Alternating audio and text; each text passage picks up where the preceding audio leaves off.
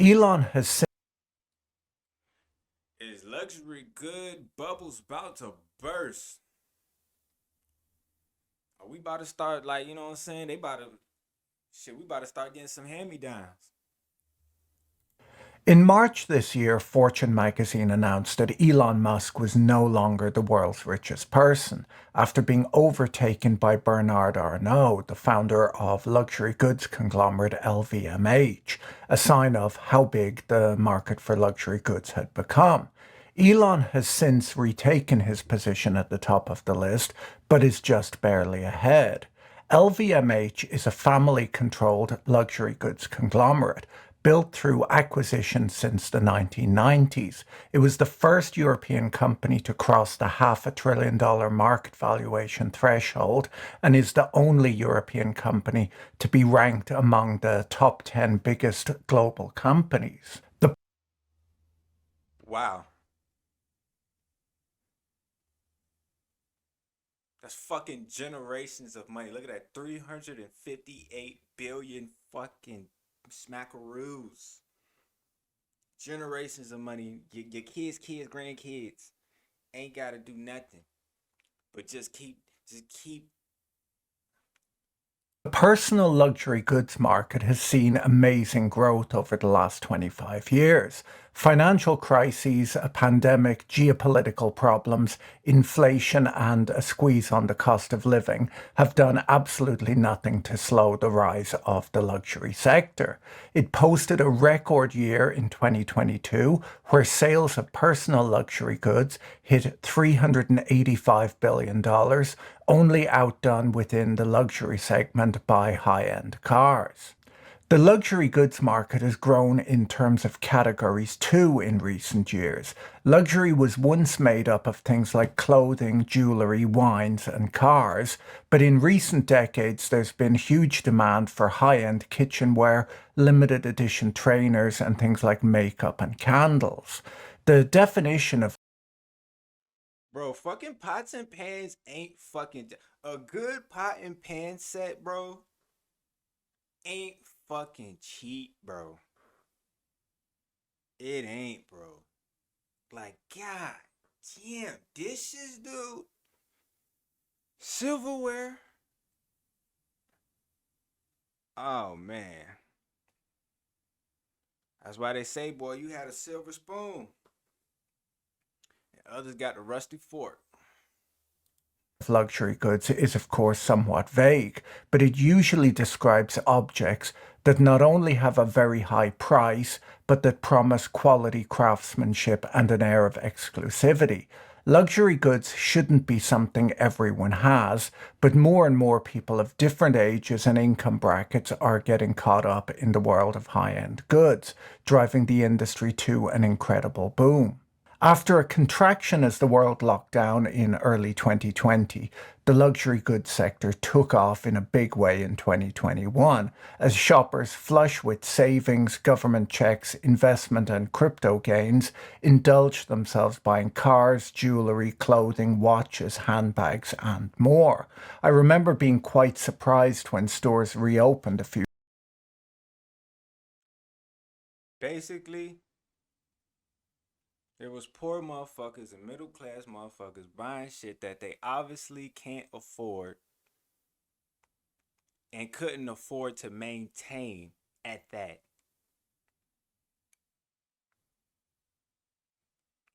Buying jewelry ain't got no insurance on the motherfucker. Buying cars, knowing damn well they ain't gonna pay it off. Stuck with a house what they gonna be paying off for the next 30, 40 years. Fuck. Few years ago, seeing the long lines of people waiting to be served outside luxury goods stores. The stores seemed almost overwhelmed by the level of business. The luxury sector's momentum kept going into the first quarter of 2023, achieving 9 to 11% growth over the prior year, according to Bain and Company. but there have been some recent signs of weakness. Prices for luxury Swiss watches on the secondary market, as tracked by the Bloomberg Subdial Watch Index, are near the lowest level seen in almost 2 years. Prices of luxury watches peaked in February 2022 following an unprecedented surge in demand. I'm not gonna lie, $30,000 and a Rolex, you know what I'm saying? And that's the thing, like some people they don't understand the value of certain things. Like there are people that still don't know that a plain Jane is the best option you can go for with a watch. Once you start adding diamonds into the watch, you done fucked up its whole value, flushed it down the drain easy. Plain Jane is the best option when it comes to a watch because it withstands its value and it gains its value over time. That's when starts to come in investment. But that's when you use the word investment, it gets people heads fucked up. Like, oh yeah, I'm going to buy gold. I'm going to buy a plain Jane watch, and that's my investment money. It's like, During the pandemic. Switzerland's Richemont, owner of Cartier and Van Cleef and Arpels, fell more than 10% on Monday this week after reporting slightly lower than expected first quarter sales.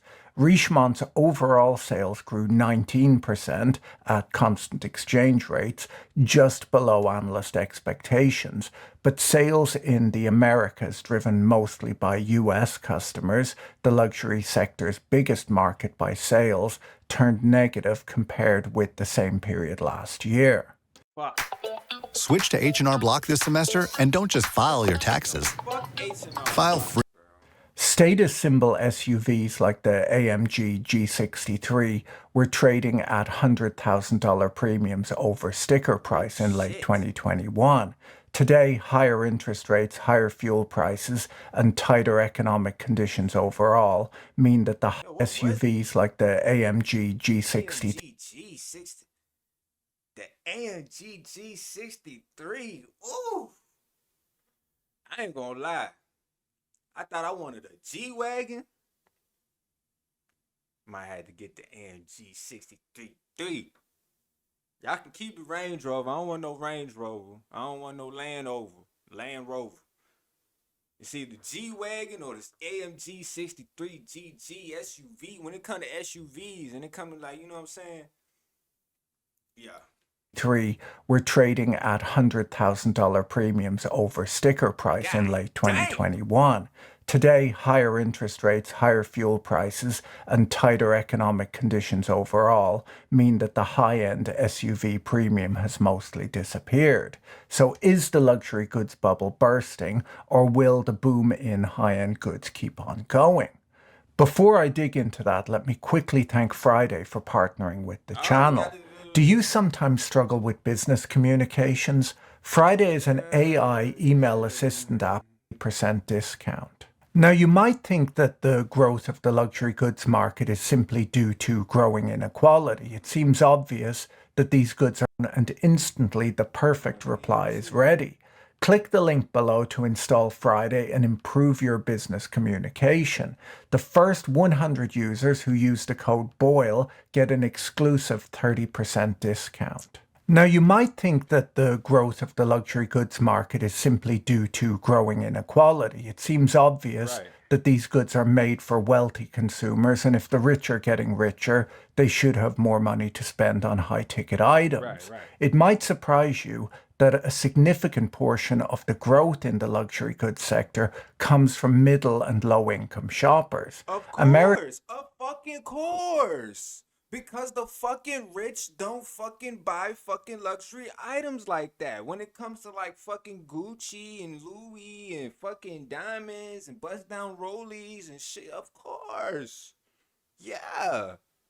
We're the ones fucking working hard, bro. We're fucking slaving for our fucking $40,000 salaries, our $50,000 salaries, our fucking yearly salaries, and fucking yeah.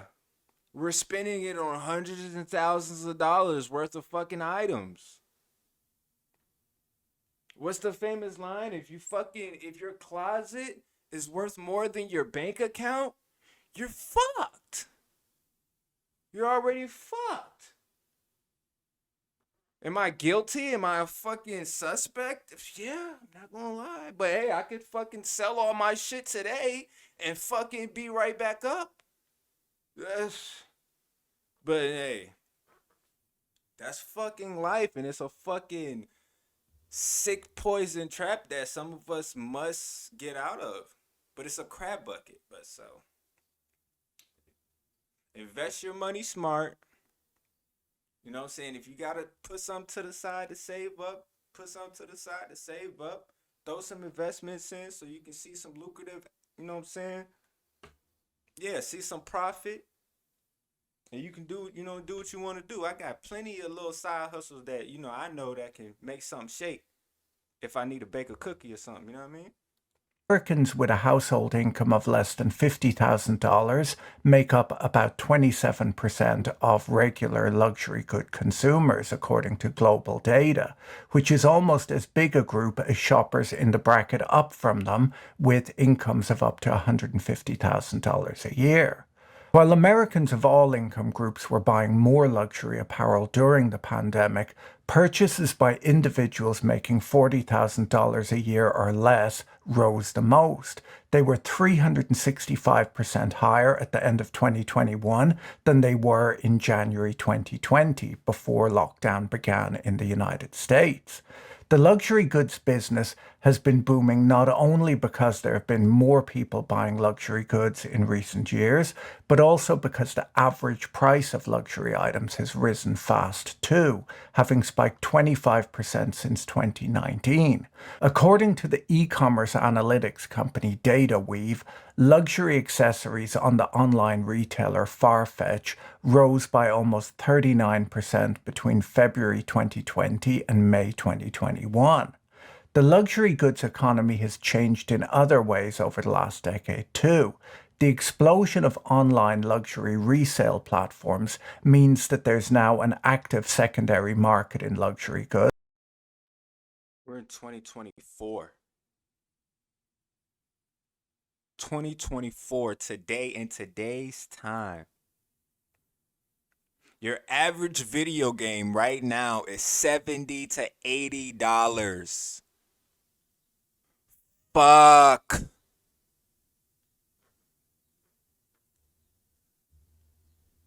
And sadly, the truth is, if you can't afford a $70 game in today's time, you don't need to be playing no motherfucking game.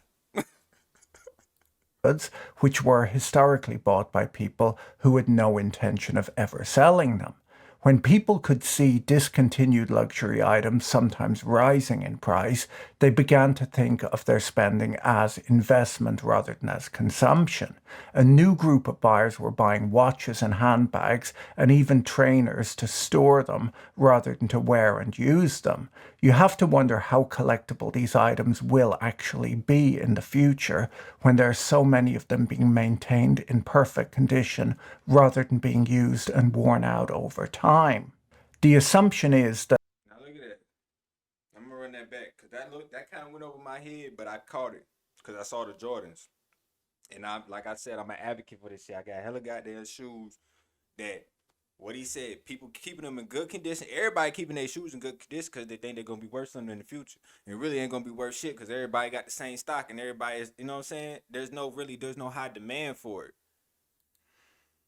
and even trainers to store them rather than to wear and use them. You have to wonder how collectible these items will actually be in the future when there are so many of them being maintained in perfect condition rather than being used and worn out over time. The assumption is that the items that are most fashionable today will still be in fashion in the future when the investors decide to sell. The luxury economy of today has become part of youth internet culture too, where people are trying to figure out new trends through online research. They then buy the goods online and sell old pieces online too.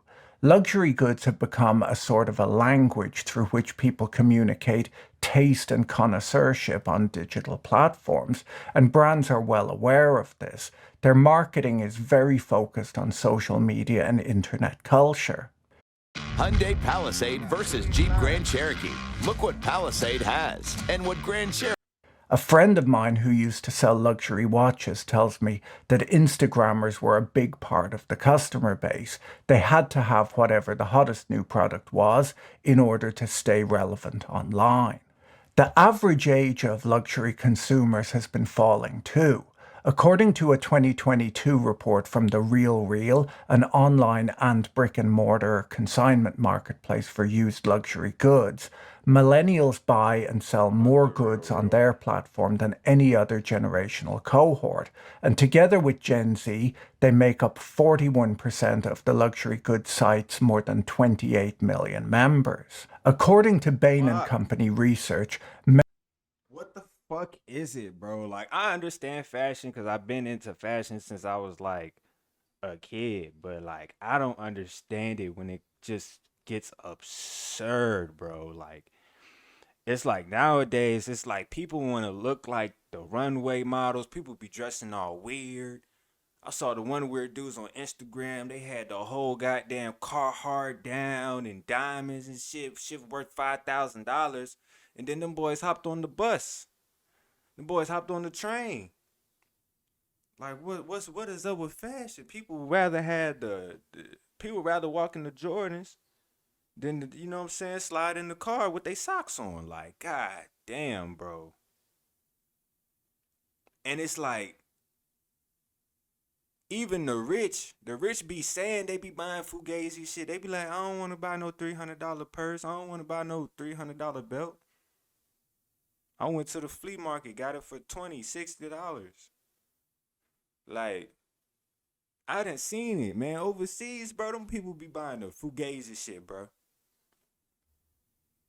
members of Gen Z, a cohort between the ages of 11 and 26, are making their first luxury purchases at around the age of 15, which is younger than millennials did. And the same research projects that millennials and younger generations will make up 80% of luxury spending by 2030.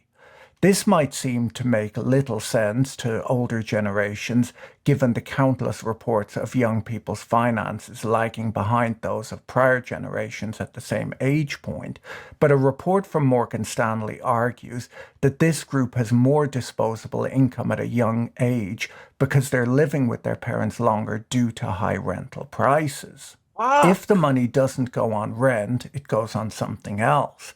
This age group are also comparing themselves to much wealthier people than their parents' generation would have in the past, as platforms like Instagram and YouTube give them a look into the lives of wealthy celebrities or even people who pretend to be wealthy. Online influencers are often given expensive items for free or are paid to promote them.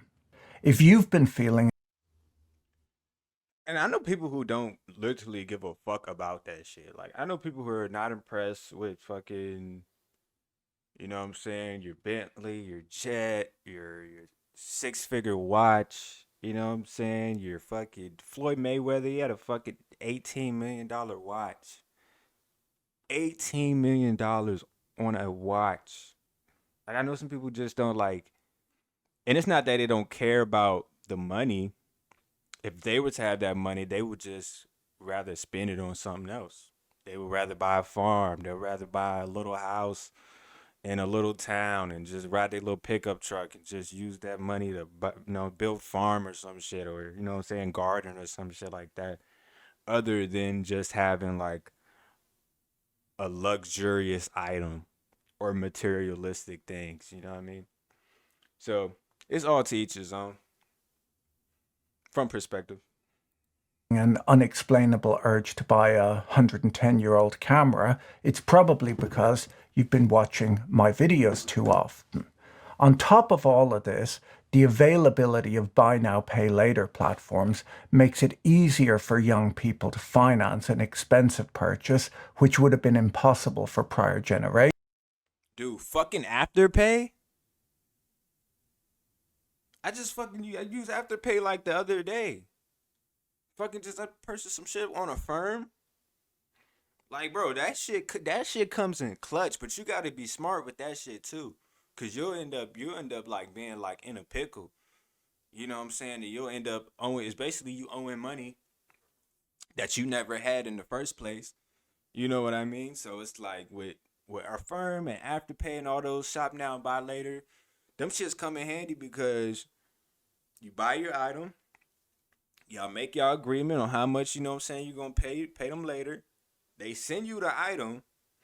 You know what I'm saying? It's not like Layaway, where Layaway, they holding it for you, and after you pay it off, they send it to you. You know what I'm saying? This is Layaway on crack. You know what I'm saying? They send you the shit already. You know what I'm saying? Then you gotta pay it off. Boy, the first time I used Afterpay, boy, they sent me my shit. I said, what? I said, damn, I already got, and I ain't done paying it off yet. You know what I'm saying? I'm immediate like, but now I'm like, you know what I'm saying? You gotta pay it off, cause you know what I'm saying? And it's not like it'll go on your credit or no shit. This is gonna hard for you to get another account. It's gonna be super hard for you to get another account with their ass. Like once you fuck up with them, you fuck up with them. You know what I'm saying? It's like, you know what I'm saying? You only get one chance. You know what I'm saying? Ain't no fool me once, fool me twice. It's one chance. Buying a home might feel too out of reach to even dream of, but buying a watch or a handbag in installments that's sure to go up in value and will impress all of your followers on Instagram is much more doable. As counterintuitive as it may seem that people without significant wealth would borrow to spend on luxury goods, a 2016 paper from the Federal Reserve Bank of Philadelphia found that higher income inequality heightens awareness and anxiety about social class, and this class anxiety fuels consumption. To make things worse for those who spend to impress, as luxury goods have become more widely owned, the wealth signal that they send has become increasingly diluted. People destroy their finances to buy goods hoping to impress people, and no one really notices. My friend used to pay $163 for car insurance. Now look how much he pays. The term Veblen goods is used by economists to describe goods whose demand increases as their prices rise, resulting in an upward-sloping demand curve instead of the more typical downward-sloping demand curve. The idea was first explained by Thorsten Veblen in 1899 in his book The Theory of the Leisure Class. He put forth that certain expensive goods aren't purchased in spite of their high price, but because of their high price. Veblen introduced the idea of conspicuous consumption, or that people specifically buy goods as status symbols. To cultivate this desire, the luxury industry limits the availability of certain products, but they want to capture as much of the market as possible, so increase their offering of accessible items while pushing up the prices of their top shelf offerings to instill a sense of exclusivity. This can be a difficult balancing act, and it sometimes goes wrong. In the early 2000s, Burberry sold too many affordable items in the UK, and this, combined with widely available counterfeit goods, meant that the brand became associated with chav culture and became viewed as bad taste. After a change of CEO in 2006, they managed to turn the brand around again. Chanel recently faced pushback from customers after raising the prices on some of its handbags by more than 70% since 2019. They defended this price hike by saying that the Why? Because fucking Chanel was fucking hot, bro. Chanel was fucking hot, bro. He said what? They started raising by the fucking whatchamacallit of 2019? Bro, you want to know fucking why? Because the fucking goat made a motherfucking song. Because the goat made a motherfucking song. What year was it? 5 years ago? God damn it. Batman, Green Lantern, The Flash, Superman. Your friends are slaughtering the people they swore to. Yeah, because the goat made a motherfucking song.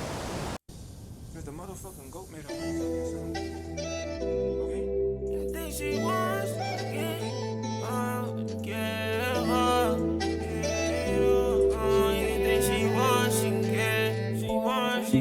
She want the snare, go get it. She want the snare, go get it. She want the spinny, go get it. She want the brick, go get it. She want this Gucci, she get it. She want this Louis, go get it. Lose with the spike, she get it. Everything I got, she getting it. Yeah, Billy Sedan, she get it. Hop out the bitch, she get it. Hop out the lil, she get it. The Porsche Cayenne, she get it. Hop out the two, she get it. A shot to the shoe, she get it. I put my kids on the TV. Anything she wants, she can get it. Anything you see, you can get it. Come on, man. Look at this. Oh. Oh. Damn, that hurt my heart, bro. Why that hurt me like that? That's weird, bro. Oh, man, that hurt my heart. Look at this man, bro. Look at them boys. Busting down rollies. Look at little baby. Little baby. He didn't even know what was gonna come. He didn't even know what it was gonna be. Oh man, look at them boys.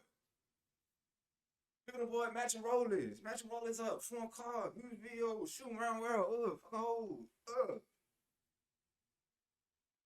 Damn. The cost of materials had gone up. Louis Vuitton can't make the same argument as their bags are mostly made of plastic, but I'm told that it's the highest quality artisanal French plastic. According to Bain & Company, 70% of sales growth in luxury leather goods last year was explained by price increases, with only a small percentage being explained by increased sales volume. Bernard Arnault's growing wealth has attracted criticism in France as evidence of growing inequality, but he argues back that luxury goods companies are key to both the French economy and the European economy, as these companies are big employers, big taxpayers, big exporters, and drivers of economic growth in the region. People have said that it's a disgrace for France that all of these big luxury groups produce useless things, so we should get rid of them, Arnault said. But how many people do we employ in France? Luxury employs 1 million people, he went on to claim. We pay the most taxes of any company in France. LVMH announced their earnings next week, and it will... But you know there's people that believe that there's no taxes like overseas? Like they don't get taxed and shit by the government and shit? It's fucking crazy. But yeah. That nigga said we pay the most taxes out of everybody in France. Like, which I mean we shouldn't be here. Hey, will be interesting to see how things are going.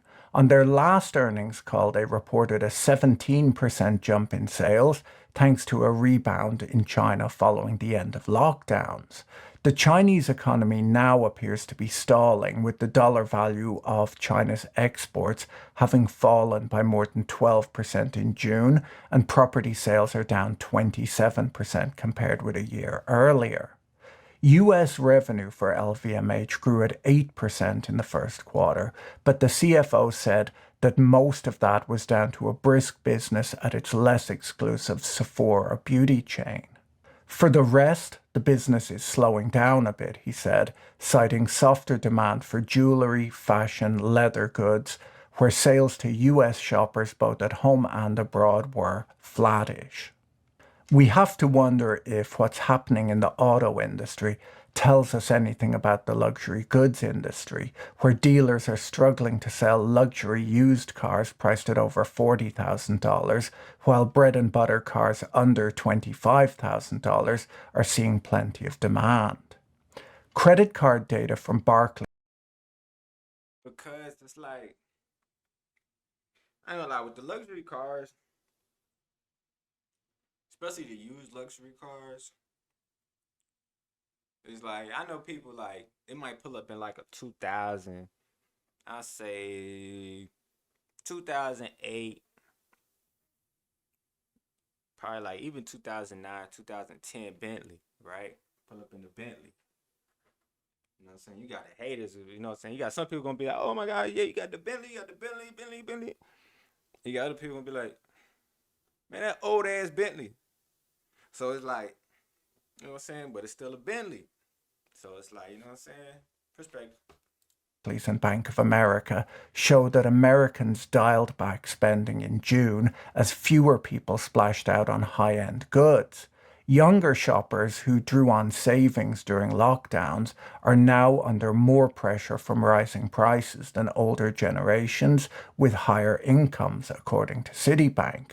Millions of Americans face a hit of at least $500 a month to their household budgets from the restart of federal student loan payments in September, according to a new study by TransUnion.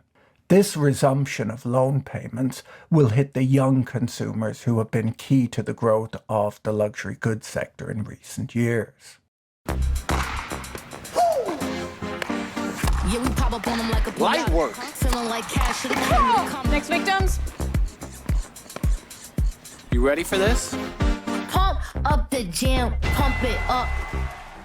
So you think you know Wix, but do you really? First up, we've got Swatch Group, which owns a number of the biggest luxury watch brands, including Omega and Breguet, reported good earnings recently, but said that growth was strongest in the lowest price segment of watches and jewellery. Demand for the company's popular Moon Swatch, priced at around $260, has accelerated, according to the company. We've seen luxury watch prices on the second-hand market falling, and watches that were impossible to buy new a year ago are now starting to become available.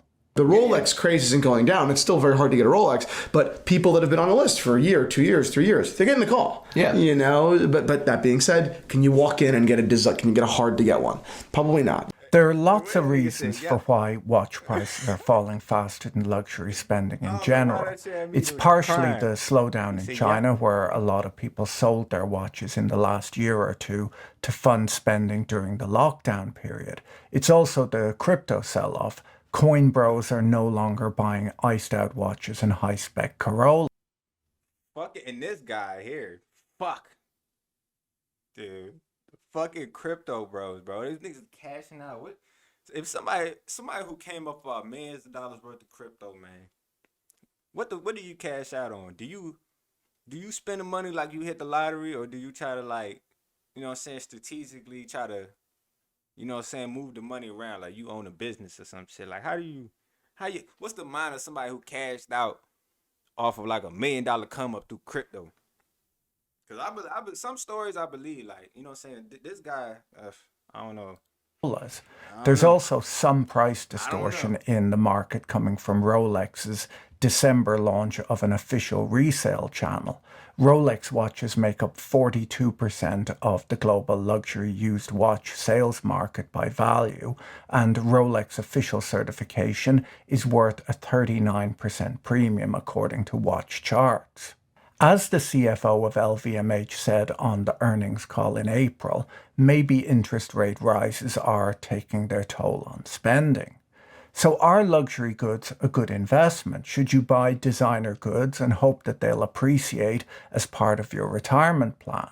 Well, based on the returns calculated by Knight Frank over the last 10 years, the only luxury investment that has outperformed the S&P 500 has been rare whiskey bottles.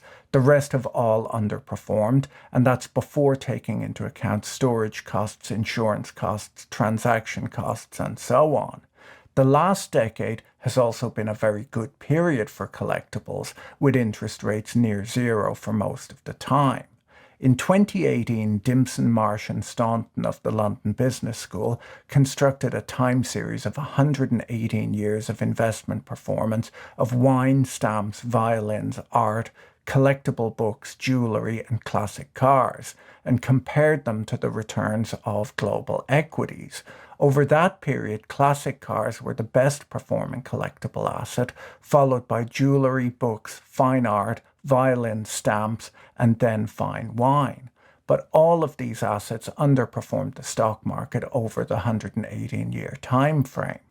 When you take transaction costs and storage costs into account, the returns of most of these assets were entirely wiped out. So it might only make sense to buy these items if you enjoy owning and using them, but not as an investment. If you enjoyed this video, you should watch this more detailed video on the expected return of collectibles next. Good video, bro. I will leave a link down in the description for that video. I already know.